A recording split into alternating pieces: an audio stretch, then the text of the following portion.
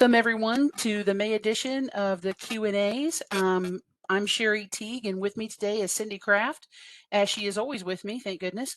Um, I want to start off by wishing everyone on the call a happy Memorial Day, and I hope you have a very wonderful and safe Memorial Day. I know down here in the South, where Cindy and I both reside, it's already getting a little warm. Somebody said it was like preheating the oven. It is pretty much preheated down here. I think it's 90 degrees today in Florida. And Cindy, you're probably in the 80s, I would imagine. Well, close to it. Just had a lot. We're having a lot of rain come through today, so apologies in advance if anything gets glitchy on my end because the storm is due to come through here partway through our session. Oh, we love when that happens. That's always a Always. fun time. I wanted to start off with letting everyone know that's on this call or on this webinar that we will be providing the recording and and also provide any of the reference materials that we reference in the call. We like to go back to the actual regulations when we answer questions and give you those regulations so that you can bring them up later in discussions that you have in your office. And I also want to remind you that the Q&A is open. So if you have any questions that come up or any comments that you want to make, particularly questions, please put them in the Q&A and we'll work in as many as we can in 60 minutes. We're pretty quick when it comes to this, Cindy. We've been doing it now for almost 8 months or 8 sessions, and so we feel like we've got the format down. And we house these recordings on our YouTube channel. If you have not already subscribed to our YouTube channel, please do that. Just search Cornetti Craft on the YouTube platform and you will be able to find our page, and that way you can get notified when we upload new material like we will this recording and any other podcasts that we do. We have another one called an Unfiltered podcast where Cindy and I kind of let the veil down a little bit and let our filter down, and we rage against the machine, don't we, Cindy? Definitely. Okay, so I'm going to start with our first question. Are you ready? I'm ready. Okay, here we go. The person who submitted this question said they're a little confused by the falls with major injury now publicly reported as of April 1st of this year. I know this will be a 5-star measure, but where are these now reported? Will anything change with Oasis E concerning this? Well, let's kind of work it backwards. The question around falls with injuries is not changed in Oasis E. So the same question we see today, it will be the same item in Oasis E in 2023. What we need to keep in mind with that measure is they're looking at it against claims data. So hospitalizations related to injuries that were significant enough to get you in the hospital and related to a fall. So it's not exclusively an Oasis conversation, although I think that there is some anxiety, Sherry, about there's been discussion already that they intend to kind of try to judge the accuracy of the Oasis responses against the claims data. I think that's going to be a little dicey personally, because if you're limiting it to hospitalizations related to falls with injury, the item doesn't create it to be that narrow to just hospitalizations. It doesn't require that a hospitalization is present for you to choose that response. So I really don't expect any sort of attempt to line these up to line up perfectly. But I think to the positive, I'm glad that they're not using that particular item to try to address any falls. We know that that question has always been fraught with some problems because overwhelmingly we're taking patients' word for it. So this is where, I hate to say it this way, but a fall with an injury is a bit more obvious and should be tracked and reported accurately than the patient who didn't really get injured, or when we read the actual item definition that says a near fall. So an interrupted fall, that's the term it uses. So they didn't actually hit the floor, but they would have if they wouldn't have someone catch them, is also supposed to be captured in that Oasis item. So it's a bit convoluted. So I think there's a lot of positives to limiting it to major falls with injury, much clearer to define, but also looking at it against claims data. And how would you define, Cindy? I'm going to take it one step further. How would you define a major injury, quote unquote? Well, I would say it's something that needs some sort of medical attention.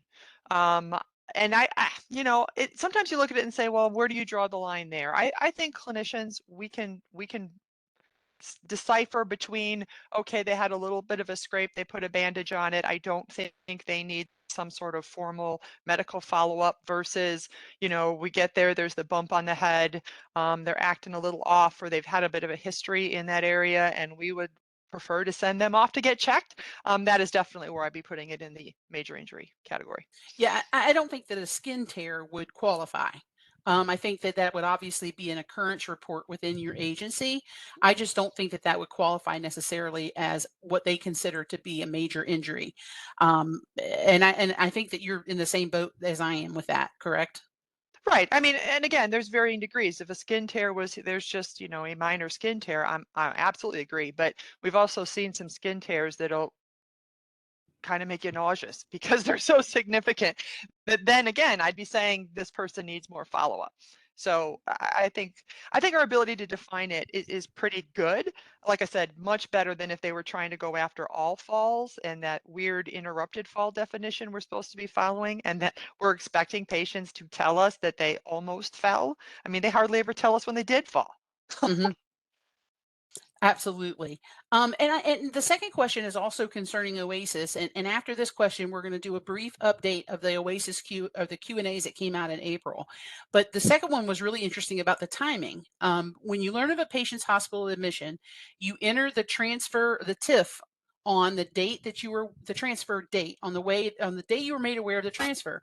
If the patient was transferred the I can't talk, Cindy. If the patient was transferred the prior week, what date do you put on the Oasis for the date of transfer? If the date you were made aware of the date or the date they were admitted to the hospital? It is my understanding, and again, I want to be kind of put a little disclaimer here. Although we call this the Q&A, Sherry and I do not pretend to know all the answers or all the answers off the top of our head. So we try to be very clear, as Sherry said at the beginning, when we have a definitive source, this is where you should look. If it's an opinion, it's an opinion, and so on and so forth, because we want to make sure everybody is on the same page of what information we're providing. It is my understanding at the time that we're doing this that it is about the date we were notified of the transfer. And it really should be an unusual circumstance that we didn't find out for a week, because the question would be, weren't there some visits from the agency possibly scheduled in there that someone would have caught it sooner than that?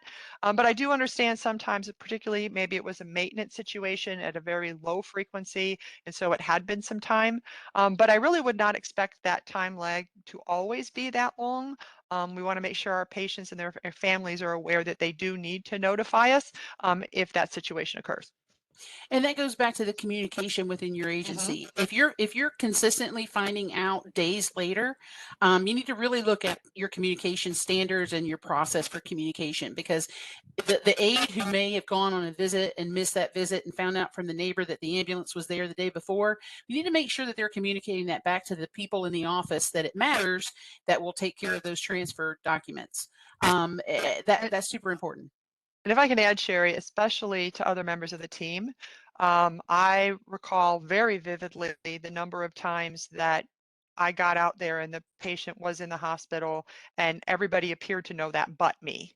Yeah. And we think about our staffing situation right now. We don't want folks running around to houses that the patient isn't even there, and we already knew that. So I agree with you about making sure that communication doesn't just go to maybe one person who's going to complete the transfer, but who else on the team needs to know that, so we're not having unnecessary drives to the home. And unnecessary, that the drive to the home is almost making me shudder a little bit with the gas prices and the things that are Mhm. going on.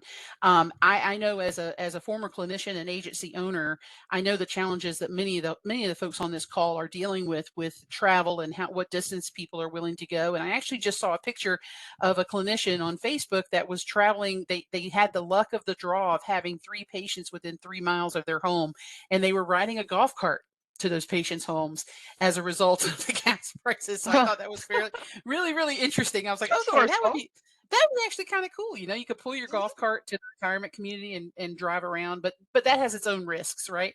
Um, Mhm. so since we had our last Q&A, or our last free Q&A, there's been the release of the April first quarter 2022 Oasis Q&As. You want to speak a little bit on that for the folks that are on the webinar? Well, there's two that I just want to reinforce, because I think sometimes we're getting, on the train headed toward Oasis E and may not be paying as close attention to Q&As in the final days of D, but those become the most current guidance as soon as they're issued. One has to do with the scenario that was described in the question of the patient was transported to the hospital, placed in observation status, and expired. So technically the patient expired while in observation status. The question had to do with what Oasis are you completing? Is it a transfer to the inpatient facility or a death at home? Now, many of you may say, well, that's kind of obvious, I guess. I know that. I'm going to go with death at home. But the explanation around that is imperative because back in November, that Q&A talked about one of those unique situations where CMS response to a question what included the phrase effective immediately. And the issue about when to use death at home, if the patient was truly never technically admitted to the hospital, if the patient was there only for a limited number of hours and passed away, they're really trying to right the ship, as it were, to make sure we're using the death at home when we're supposed to and not the transfer. Why does that matter? Because of the measure about communicating information to the next level of care. And we're going to see very specific questions about that in Oasis E. And so what we don't want to do is fill out a transfer when we shouldn't and then get penalized because how come you never sent the information about their medications to the hospital? And we would logically say, because they died. I mean, do you honestly expect me to send them there? And so CMS said the way to deal with this is to make sure we are appropriately using death at home. So that definition definitely pivoted a bit from the many, many years of what we were used to. So I just want to make sure we are on top of that in those situations because it definitely will have impact on other quality measures if we don't. The other is it appears to be a never-ending saga in the last two Q&As about item 2020 oral medication management, and by extension 2030. We saw in the January ones a multifaceted level of question about what if a medication is not in the home. And we talked about in our last Q&A as well. But what happened in April is somebody took a slightly different slant and tried to get to why would a medication be missing? And the example being, well, the medication isn't in the home because there is a transportation issue. In other words, transportation is directly impeding this person's ability to get the medicine that they need. I think this is a great example that reinforces what we need to keep telling ourselves and our teams is that Oasis is a discipline neutral data collection instrument. It is not a clinical tool. So when the response says, transportation is not part of this question, I can totally get how clinicians are going to get upset about this because that sounds horrible. That sounds mean. So what do you mean transportation doesn't affect this? If they don't have the transportation, they can't get the medicine. They can't get the medicine. This is bad. Okay, but item 2020 has only ever been about your ability to manage your oral medication, right dose, right time into your body.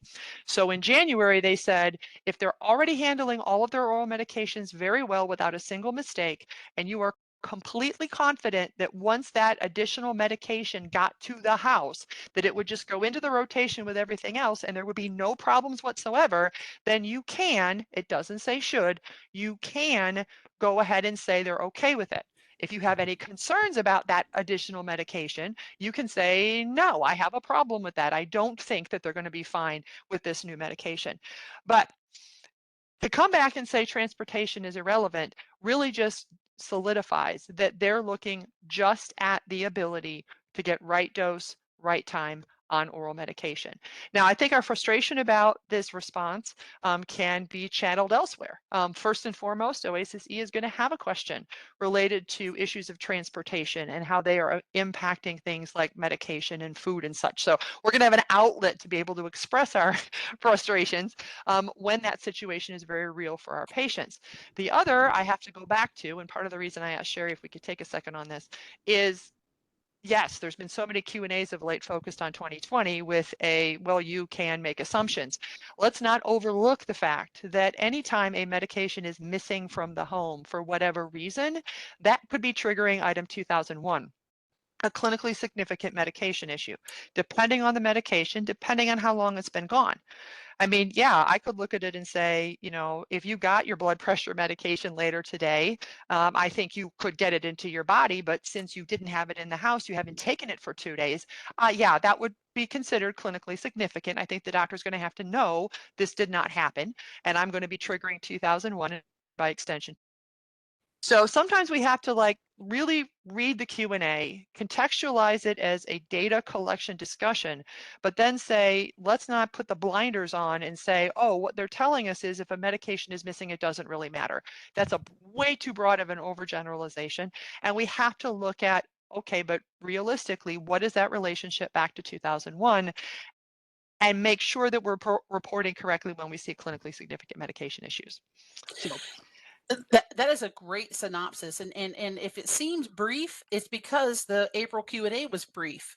It was brief, more brief than we normally would see, and so that was a update that we did. We have a full podcast on our YouTube channel that goes through each of the questions in more detail. So if you, like I said, subscribe to our YouTube channel, that's already up and on there, and you can listen to it for free as many times as you want. This past week, Cindy, while you were celebrating the marriage of your eldest son, congratulations, thank um, you. the Oasis draft manual came out. Can you tell me about what does draft mean? Is this the one that we're going to be using in 2023? All indicators are that yes, it will be. But I think they kind of like to leave a little bit of wiggle room if, as it's going through the formal approval process and all of that stuff, if they have to make any adjustments, they can.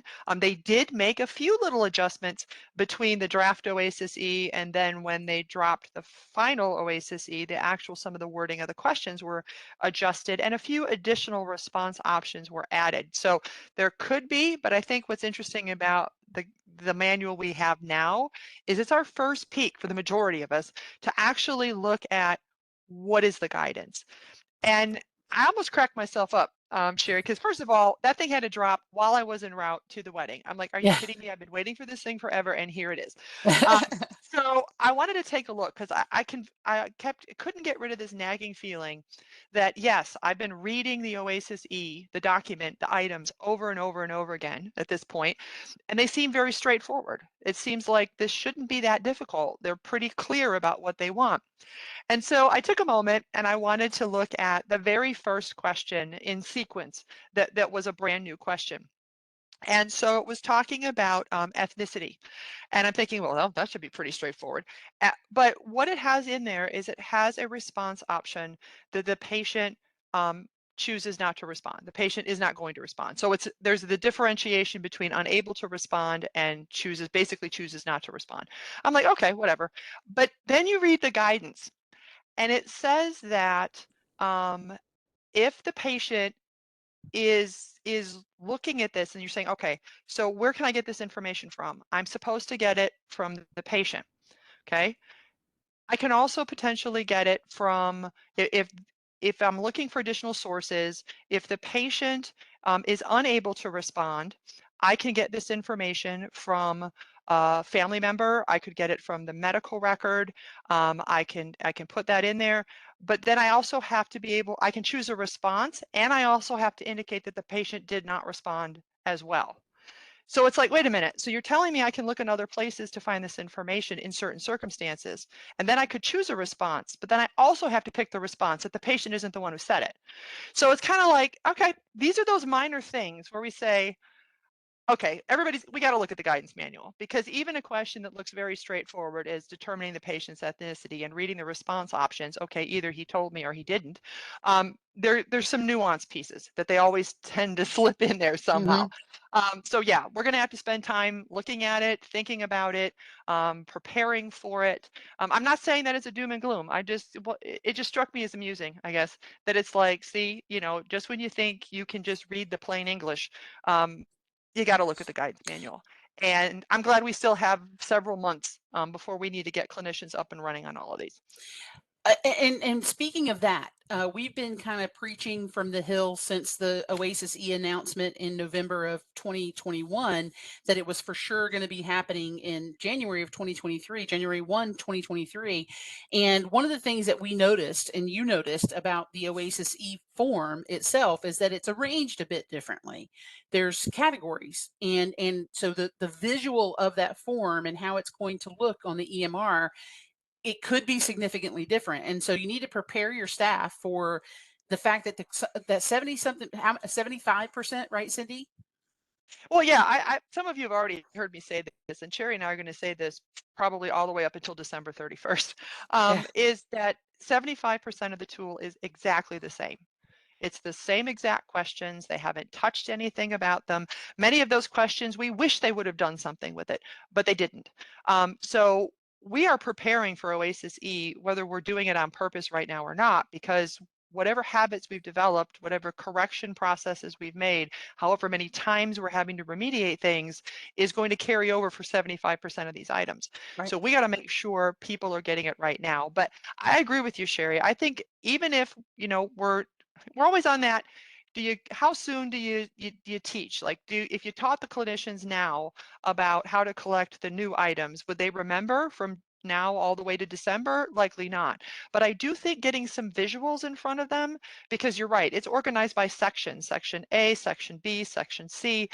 That's not what we have now. Even the Mm-mm. guidance manual, for those of you who have peeked at it, it's laid out different. It's a little colorful, which is kind of nice to break up the monotony, but it's laid out a little bit different. And I think sometimes that can throw people off. So just kind of getting information in the general sense out sooner so people get used to the different sections. I know what throws me off, Sherry, is the new items. So let's just say section A. Any new item that's in section A starts with an A. See, this is a great system. In B, the new items start with B, and so on and so forth. Except all the wonderful old stuff comes over. So section A is loaded with M items and some A items. B has B and some M items. There's entire sections that, I mean, what the one that I find the most amusing is our tried and true functional assessment. We've always called them the M1800s. Yes, they're section G.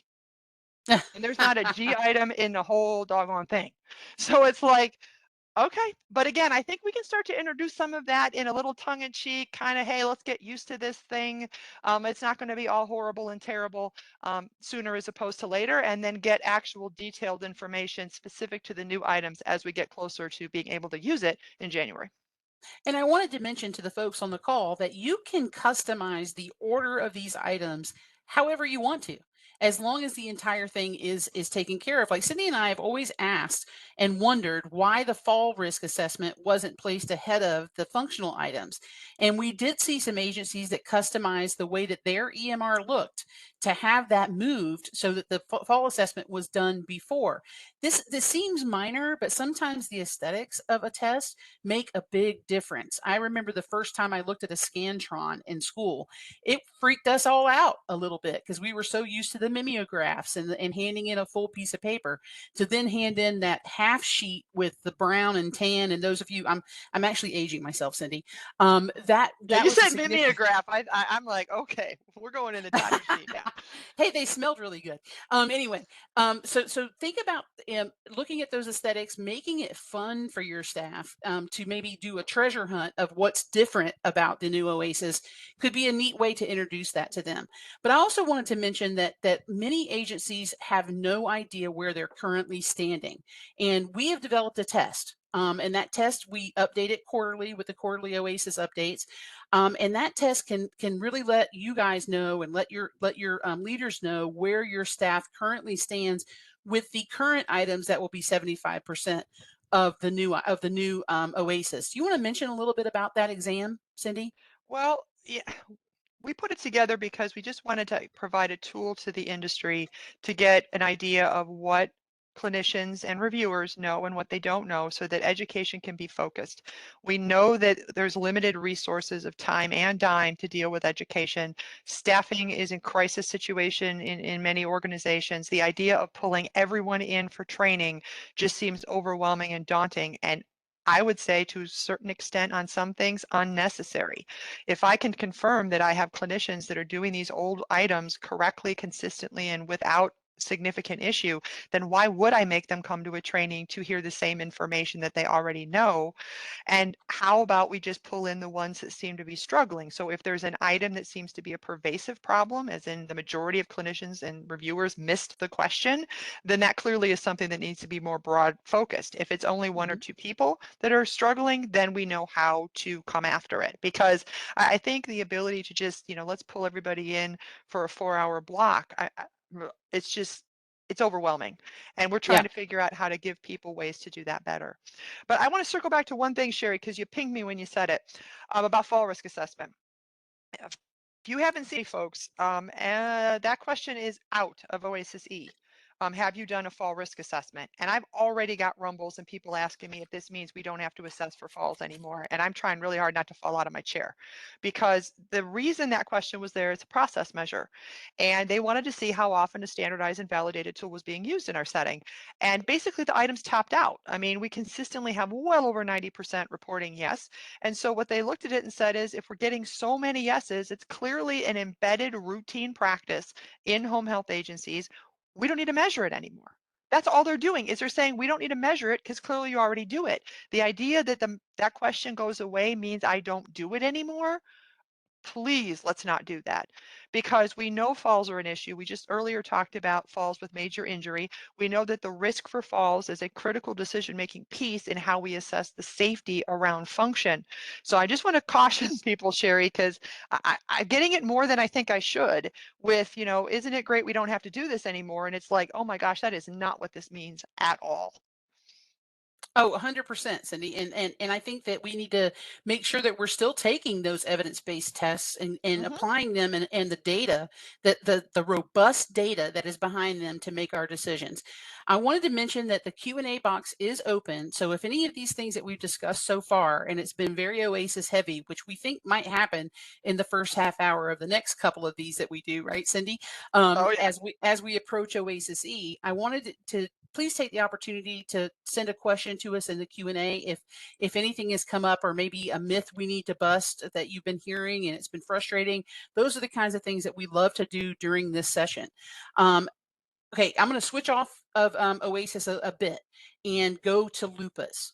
Okay, Okay. LUPAs are the big mystery box, because we all know that a LUPA is a low utilization payment assessment that we get if we do fewer than what is accepted in an episode. We get paid per visit for LUPAs versus the entire episode, or the entire 30-day period during the 60-day episode. So the first question that we got about LUPAs was, does a resumption of care, a ROC, start the visit count over? Um, it does not. I mean, the visit counts are how many visits are within the 30-day payment period, just like it used to be the number of visits within a 60-day episode. So we haven't stopped care completely when we come back in and do a resumption. As long as that resumption is occurring within the same 30-day payment period, the count picks up where it left off. Now, if for some reason our ROC ended up in the second 30-day payment period, then you could technically say it is restarting it, because again, you're now looking at this 30-day payment period and how many visits ended up there.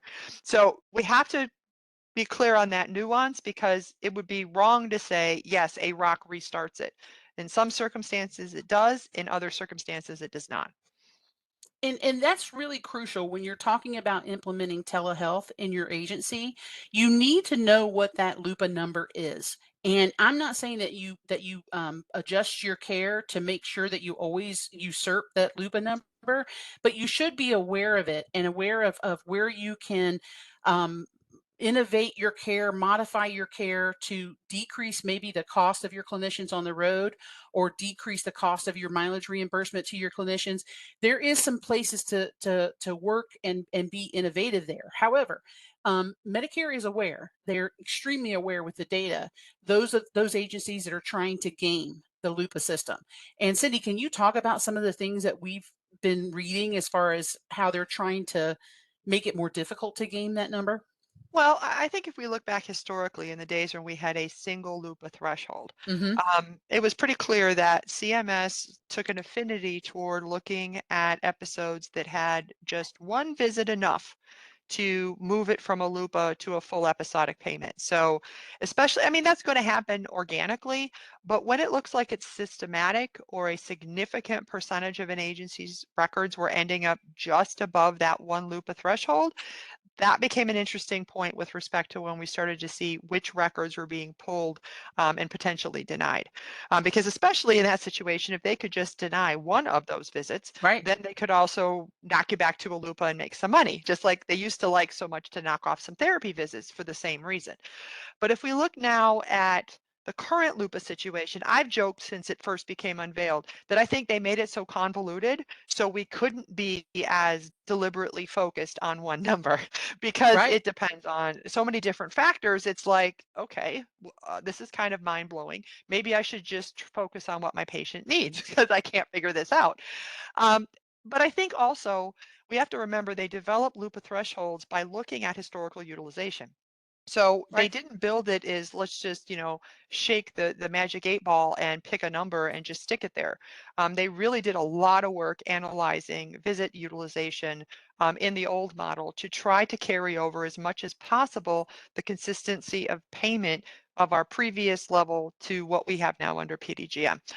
Um, I think the concern I have, Sherry, is when I hear it referred to as LUPA avoidance strategies, LUPA management strategies. It's like, okay, I think there's a big difference between, yes, I agree with you. We need to be aware of where we are in the visit count because we should always be thinking about we are providing this patient with the correct number of visits based on what they need, not too many and not too few. But I think that we also need to keep an eye on from a leadership level as we look at where our visit patterns fall. Are we starting to see a blip or maybe bigger than a blip of cases ending up just over that LUPA threshold Mm-hmm. for that particular type of patient? Because if it starts to look more than a naturally occurring phenomenon, that has warranted attention in the past and could easily warrant attention in the future. But I think the flip side is, to your point of telehealth, Sherry, is we get very stuck in the Medicare's not paying for telehealth. Okay, they're not paying us an assigned amount per telehealth visit or anything like that, but we always seem to forget we're not getting paid by the visit for what we do now anyway. Oh The my goodness. visit Stop saying visit. Please I stop saying know. visit. I'm tormenting you. The visit is basically a unit of measure to deal with, is this so few that you should be paid individually, or do you just get the episodic rate? Right. Once we have an episodic rate, visits don't change that anymore. And so if I had this episodic payment, is it really in the best interest of for some of my patients to keep sending a clinician at the home versus moving them to a telehealth program? So I'm saving my expense of sending people to the house and utilizing telehealth because that is part of my episodic payment to manage them more effectively. Mm-hmm. So where you don't like the word visit, I struggle with the I'm not going to do any telehealth until I get paid for it. We see that CMS is asking us to report utilization of this stuff, of checking into this stuff. I think that their view is an episodic payment is to manage the patient. So if you want to utilize that to manage a patient and use it instead of higher cost visits, I mean, if the patient needs a physical person there, absolutely. But is there different ways we could innovate that is essentially paid for in an episodic rate by saving the cost of other things? And I wanted to thank one of our attendees. They just did a nice reminder for the fall risk assessments, going back to that item no longer being on the Oasis.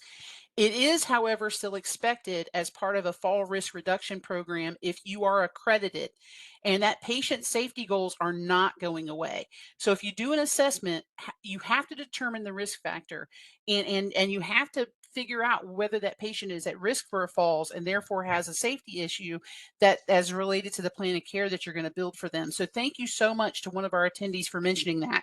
You really should, as a robust plan, our job as home health providers is to keep folks at home and to keep them at home safely. And so I'm not sure, Cindy, I've been around. I'm a little long in the tooth, and I've been around home health for most of my adult life. I cannot imagine going into a home and not performing a standardized fall risk assessment. Can you? No, and that's what has shocked me by the number of people have made that comment to me because uh, I don't understand the logic that says I Right. would not assess for it anymore. I mean, yes, it absolutely is a safety goal. And we think about how many plans of care we review where that is definitely part of the plan. How would you ever make it a part of the plan if you quit using a standardized way to determine if they're at risk for falls to begin with? So, I don't think it's the pervasive idea that people are going to turn away from it. But I think that there's always been this perception with Oasis that if a question goes away, then Medicare doesn't care about it, as if this is all about feelings. It's not about feelings. I mean, we used to have a question about inhaled medication, and that question was no longer proving useful in their data analysis, so they stopped collecting it. It didn't mean now we don't care if you take inhalers because Medicare wasn't going to do anything with it. So we got to stop adding layers to stuff. And like I said, I just wanted to I guess I needed some therapy to know that I'm not the crazy one saying, why on earth would you say that? Because I don't even know how to answer that question without kind of, getting a headache. Well, So, and all the mobility questions are based on whether they can do something safely. And well, and I'm not sure it's a how bit you of, would adjust. Yeah. no, go ahead.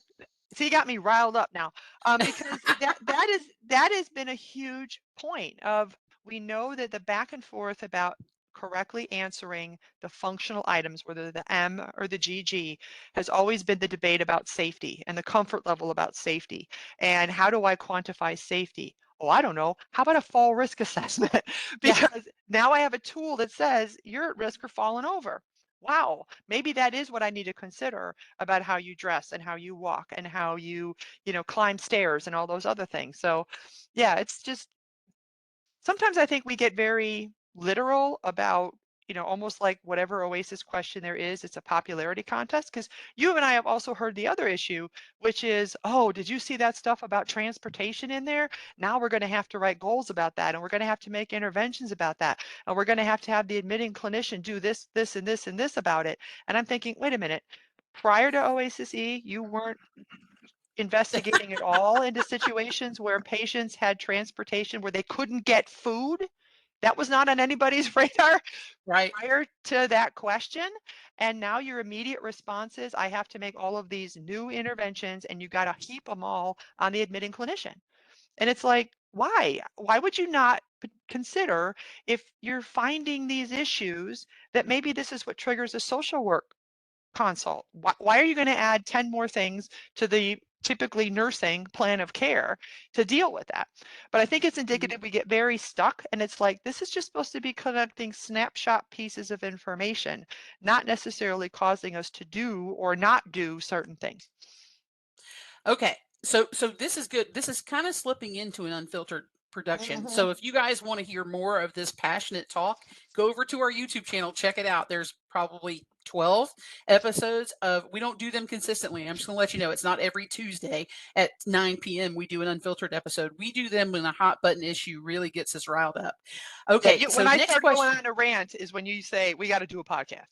That's exactly right. I'll, That's I will exactly how that interrupt works. you. I will interrupt you mid rant for a podcast. Mhm. Okay. So this is a documentation question. If all homebound requirements criteria are checked on a plan of care 485, however, no specifics are documented, is this considered to be a deficiency? Well, what we're seeing is that those that scrutinize our work are becoming less and less impressed with check boxes for homebound status. And especially when we look at many of those boxes are arbitrary, made up things that don't even really align with the concepts that we were given to determine if a patient is homebound or not. We see things like patient cannot ambulate more than 10 feet, stuff like that. And I think what's happened is we've gotten so obsessed with we have to have homebound, on every single visit and it all has to be there and it has to have the certain wording. And we've missed the can we just speak to how we know this individual is in fact homebound. So when we look at the actual criteria, are we meeting the criteria? The first criteria of is that we have to be able to show that there is some sort of impairment that is limiting their ability to get to medical care outside the home, or there's a restriction, in which we saw a lot of that with COVID about physicians restricting folks to stay in the home. And the second part being their ability to leave the home. And so far too often these boxes just basically say taxing effort. Patient leaves home infrequently. Well, what does that look like for this individual? What does that feel like for this individual? And I think that what we're seeing is the box alone, although it looks like it's compliant, and maybe at one point somebody thought it was, but we're seeing a lot less patients with that and a lot more. It needs to say why this patient is specifically homebound and not an arbitrary checklist, especially when you contradict yourself at the same time. I see a lot of PT visits or PT admits that choose that can't walk more than 10 feet box and then walk them 50 feet on the visit. Hmm. It's kind of like, really? Because you basically blew what you said was the homebound reason out of the water in your visit. Right. So I think that specificity, and again, does it need to be in a box that says this is homebound status? How about it be incorporated into how we teach people to write that narrative summary? I mean, how many times is that narrative summary either basically nothing, very, very Mm. little, or it's long-winded, I walked through the door, patient was seated by the window, the dog was barking, and it's kind of like, and we needed to know all that. Why? What is the focus of care? How is this individual homebound? I think there's benefit in really how are we sculpting what we want in that narrative assessment, because that can be a golden opportunity to be very focused, whether you choose to use a template, a template only in terms of cue items, not a cut and paste narrative assessment, because that's not going to help anybody. But No. what are those key pieces you want to see? And I think that could be a great place to put homebound all together in the why I'm saying this person needs care and how I know they qualify it for it in this setting. And Cindy, I'm going to take that homebound requirement documentation and go to how literal people have interpreted that. There is a vast ugly rumor that's going around home health and has been for some time that you have to document the homebound requirement on every single note. And what that's turned into is the EMRs have created click boxes with those same bland, generalized statements, taxing effort 10 feet, blah blah blah, on each of the individual visit notes. And folks think that, oh, I just click that and that, yeah, it's still taxing for them to leave. That's plenty. It's not. You have to document in such a way that you're answering the question on every single visit. Why is the home the best place for this care to occur? What safety issues occur with that patient outside of the home? What things do barriers to getting out in the community exist for this patient? That's the kind of documentation they were talking about when they were referring to that homebound being obvious on each of the visit notes. Cindy, did you want to add anything to that? Well, I think, again, the overkill has watered down the impact of that. And I always look at it from a therapy perspective and say, if therapy is involved with this patient, that should be fairly simple in the documentation to connect the impairments and limitations you're seeing to this is why they're homebound. I mean, and if I'm out there confirming that on a regular basis, then nursing has to on top of it, not necessarily. I mean, if I'm already there and I'm saying how difficult it is, I'm gonna obviously my documentation should sound way more technical than this, Sherry, but for sake of time, if I'm saying that this individual can barely get across the living room without a significant amount of help, has cognitive impairments, and OT's saying how much help they need to get dressed, and after they get dressed, they basically got to go take a nap. That's homebound right there.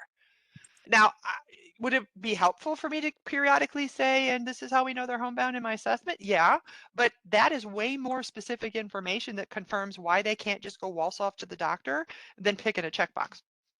It's about the F word. We've used that expression many times to varying levels of laughter, but everything that you do in that house is about the function, and what function are they missing? What function Hmm. made them come to home health in the first place? Were they eating too salty of food? Were they um, uh, climbing ladders and fell off a ladder? There's all these functions that occur in a home, and 85% of seniors want to stay in their home. So it's not about creative writing. It's about tying things together. It's about making the story make sense. And so often we've all gotten a bad case of clickitis. That's what I call it. That's my personal professional opinion, that we've gotten a case of clickitis. It has turned our 485s into the Magna Carta. Our 485s are now 7 and 8 typed pages long. I know that me personally, I've been involved with when I owned an agency where we were still writing 485s, and I never saw one over 3 pages. But it is very common when we're doing audits of work that we're seeing that's 3 pages written in large script that people could read. And now we're seeing 7 pages is sort of an average, isn't it, for the plan of care anymore, Cindy? It's crazy. It seems to be. But I think kind of going beyond that a little bit, because I know we get many questions around documentation, and very often that will pivot back to it's the EMR's problem. The check boxes they give me, the verbiage they give me. We've been asked about, my EMR doesn't let me write therapy goals, don't show improvement. I think what we have to do sometimes is just remind ourselves that the EMR, whatever EMR we have, I'm sure if we polled the group, I'd be highly skeptical that anybody actually loves their EMR. Usually it's mine's better than the other one I had, or this one's worse than where I used to work before, but we rarely find people that just are totally enamored with their EMR. And if somebody wants to put in their Q&A thing that I'm wrong, I'd love to meet somebody who loves their Q&A, their EMR that much. But I think we have to remember it's a tool. And having talked with several of the vendors over the years, they're in a tough spot because they're trying to sell a product and they're trying to make customers happy. And sometimes, customers are asking for certain things to be there or certain things to be written a certain way. And very often they do that because that's what the customer asked for. And I've asked several of them, at what point do you have a way to vet it that what a customer's asking you for that really isn't helpful, isn't useful, isn't really going to improve defensibility, so that you can say no, and here's why. Because the more you add, the more variations of a theme. I mean, we've all looked at our individual EMRs and say, why are you asking me basically the same question 3 different ways in here? Because different people asked for it to be slightly different, and now you end up with multiple variations in the same record. So I highly encourage agencies to periodically sit down with the EMR and say, okay, how are we going to use it? And if there's fields, if there's questions, if there's check boxes that we don't want to use, that we explicitly tell clinicians, we're not going to fill those in. Because I think some of the clickitis, Sherry, is a well-meaning clinician who feels compelled to put something in every single box that's coming up on their screen. They Mhm. think they have to. And so it's not that they're, crazy, they're doing this. And they're usually the ones that are complaining about how much documentation they have to do. And then we audit and go, that's a lot of stuff. And it's missing the key elements because of all this other stuff. So I would never say an individual clinician make that unilateral decision about what I am or am not going to complete. But organizationally, it can be very powerful to streamline it down and give clinicians clear permission to ignore parts of that EMR. I mean, that sounds crazy, but if I can share a brief story, Sherry, many years ago, I was involved with an agency and they wanted me to talk to their therapist. They said their therapists were absolutely refusing to talk to their patients about constipation, that they wanted to make this an agency-wide initiative related to pain medications, and all they had asked the therapist to do was to inquire about constipation, and they were very upset about it. And I thought, I know sometimes there's pushback, but this sounds kind of weird. Long story short, what it ultimately came down to is when the therapist was going to answer that question, what came up on their screen was the entire detailed bowel and bladder assessment, the Mhm. same thing that a nurse would have. And it freaked them out. They're like, I'm not answering all this other stuff. I'm not getting into color and texture and all the other crazy things in here. This is a nursing tool. I'm not filling it out. We literally had to sit there and say, this one area, that's it. Just answer this. You skip everything else. Oh, no, no, no, no. You skip it. You ignore it completely. I can do that. Ignore it all. And therapists were on board. They're like, sure, I can ask the patient about that. So I think sometimes the EMRs have become so, their word, not mine, robust, that we may have to periodically rein it back in and say, is this getting us where we need to go?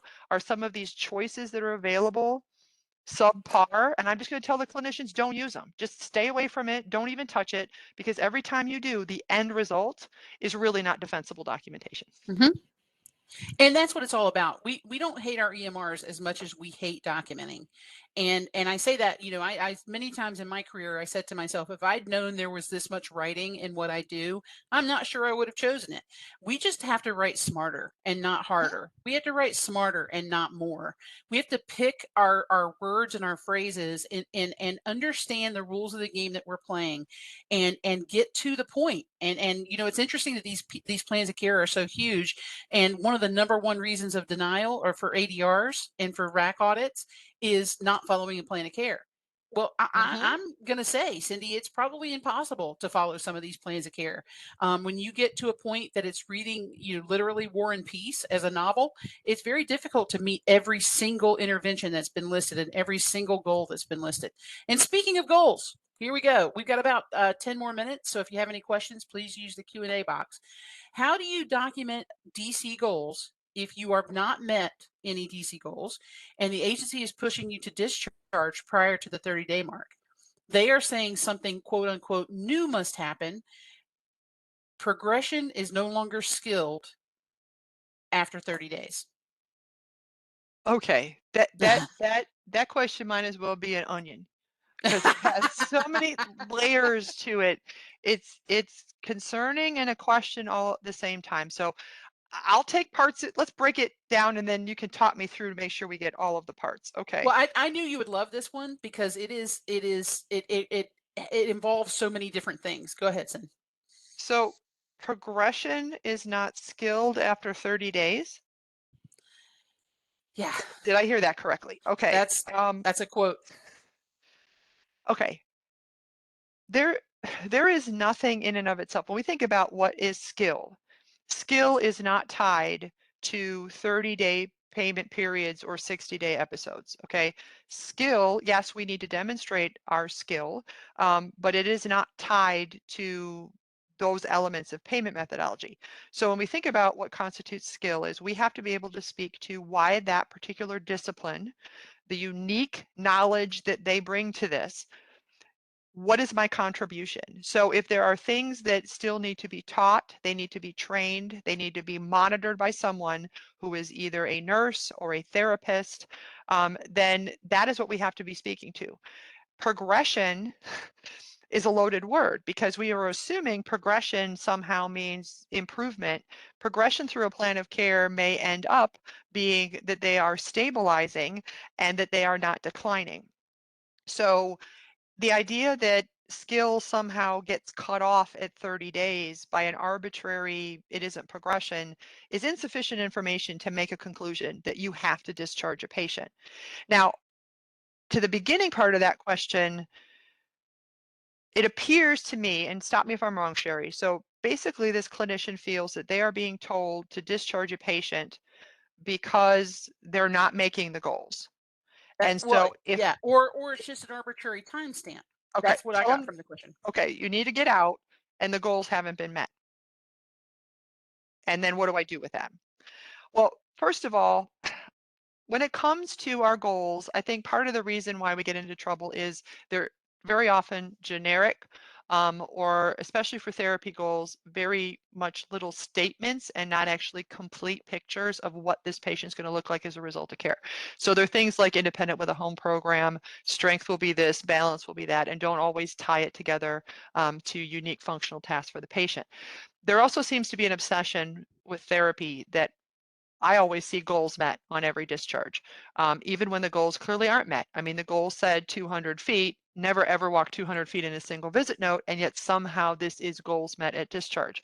So I think, at least being willing to say goals haven't been met is a step in the right direction, because very often I just see a rubber stamping of we're done, all goals met, bam. Or this idea that I have to have all goals met before I discharge, or I have to. There is no have to. we have to be looking at goals as an evolving process. So there may be times where we're going to change the goals based on how the course of care has gone, times where a goal needs to be basically retired because this is either not going to happen or the patient has changed their mind and doesn't want to do anything related to that. And so we need to thin the herd and get those goals off. So that's more about goals in general. I think far too often we write goals at the start of care. We never ever touch them. We never ever change them, and they're magically all met regardless of discipline by the end. Does not speak to clinical decision making throughout the course of care, where we can modify those things based on the presentation of the patient. And I know that's a whole EMR issue too. That's too hard. I don't want to mess with it. But I'm saying in terms of showing skill. I would have a very hard time agreeing to if I'm looking at my goals and I reasonably, as the skilled professional, regardless of discipline, believe that there is still potential to get this patient to achieve those goals, whether it is that they will be better at something, whether it is they will understand their medications, whether it is they will stabilize medically or functionally. If they have the ability, if I, in good faith, believe that there is still potential for that to happen, then to arbitrarily discharge just because somebody said so, we have to think about this from a patient safety perspective, from what the beneficiary qualifies for and is entitled to. And ultimately, Sherry, I would say my own license, Mhm. because the person still needs skilled care and I just discharge them because somebody told me I had to. I think there's a huge risk in that. I don't think there's a way to wordsmith this. And I have seen, I'm just, going to be candid, and I know this is recorded. I have audited records that the clinician was upset enough, clearly, and they basically wrote that they discharged the patient because the agency told them to. Now, think about that from an agency perspective. Is that what we want in documentation? But if that's what's going on, then this really needs to be an honest conversation about the individual needs of this patient. And I would say to the clinician, I would ask for credible CMS resources that are going to defend your idea that I have to stop, there's no progression after 30 days. I think it's a professionalism issue to say, show me where you got that from. Because if it, in any situation where someone says you always do, or you never do, or you can't do, I think asking what is the source document for this? Because I'll follow actual rules. I'll discuss policies, but I'm not going to change what I'm doing just because somebody said so. I mean, I say that when people say, well, Cindy Kraft said, well, who cares what Cindy Kraft said? Do you have a regulation that backs that up or not? And sometimes what that does, Sherry, is when you can't produce a credible anything to back up that position, now you've confirmed yours that this patient still is entitled to skilled care.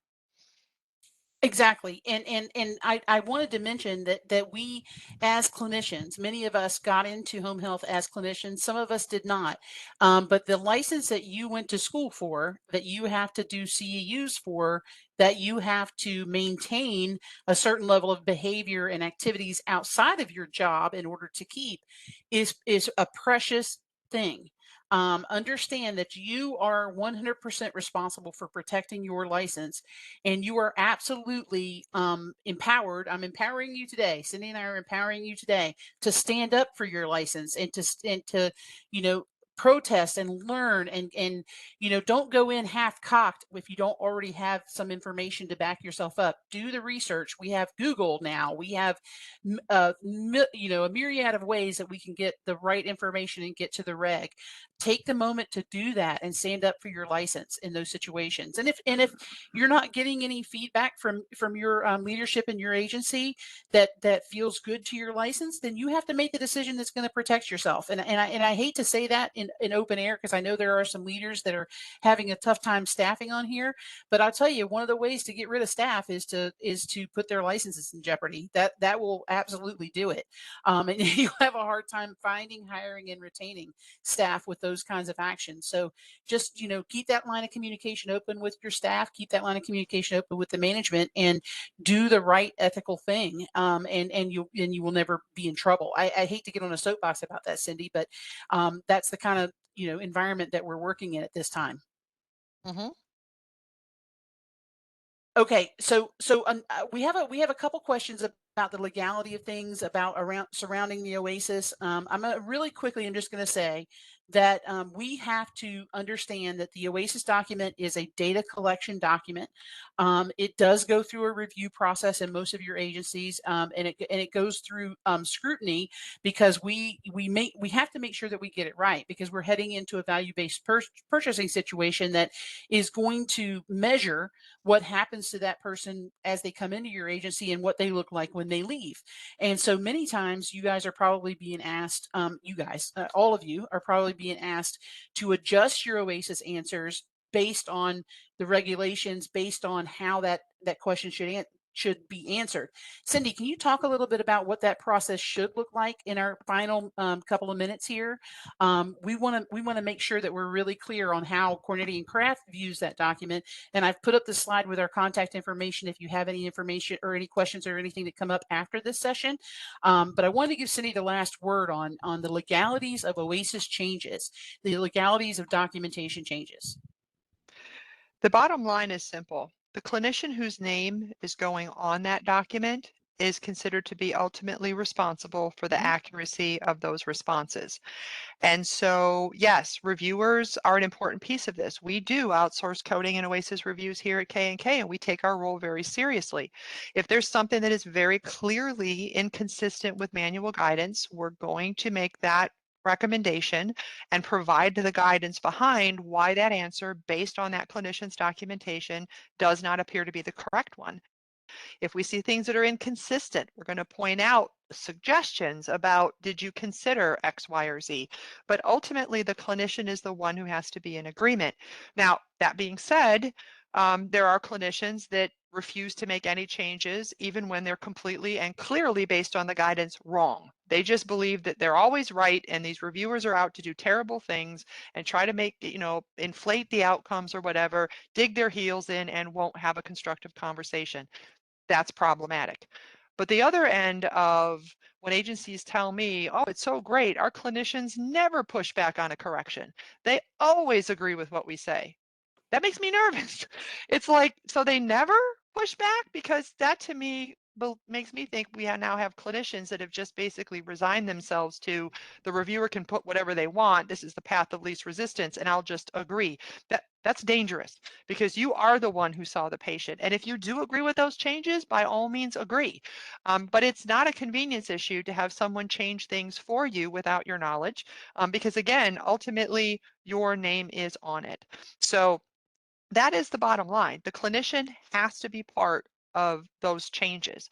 And to me, I want the clinician part of those changes because my goal as a reviewer is to provide you with tools and resources so that you don't make mistakes in the future. Mhm. Nobody likes corrections. Nobody likes to keep getting it back. And the best way to do that is can we come to agreement and look at the guidance so that when you're in a situation like this again, you choose the response the guidance says to pick. You don't have to like it. I don't necessarily like them either, but we have to follow the guidance. So, I know there's varying degrees of who's being pushed to do what, and this is what you have to do.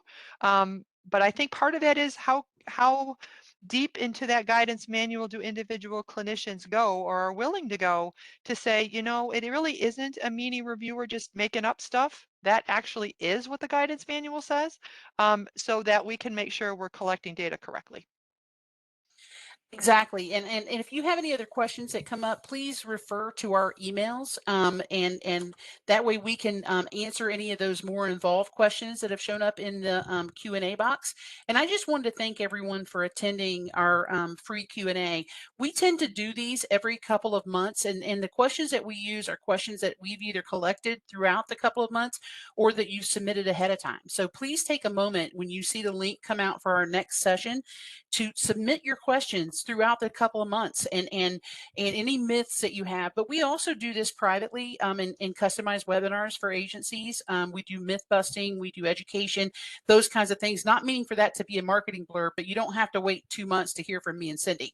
Also, I'll mention it again about our YouTube channel. Any of our podcasting and any of the things that we can put up there for free for everyone to look at, we try to do that pretty frequently. And if you subscribe, you'll get notified of any new content. Our next session for the Q&A will be in July, and it's a little bit earlier in the month because we have massive obligations as far as filming the Oasis E for Medbridge, Medbridge.com, medbridgeeducation.com, that we some of you may have seen the in the home visit with the Oasis with Dee Cornetti and Cindy Kraft. Well, we're filming the Oasis E version in the middle of the month, so that puts us a little bit earlier. The next session will be July 14th from 1 to 2 p.m. Eastern, and you'll see some blasts on that because I'm sure many of you hear from me every single day. But I want to again thank you guys very much for attending this session, and please don't hesitate to contact us if you have any questions. Thanks, Cindy. I appreciate it, and we'll see you in July. Take care, everybody.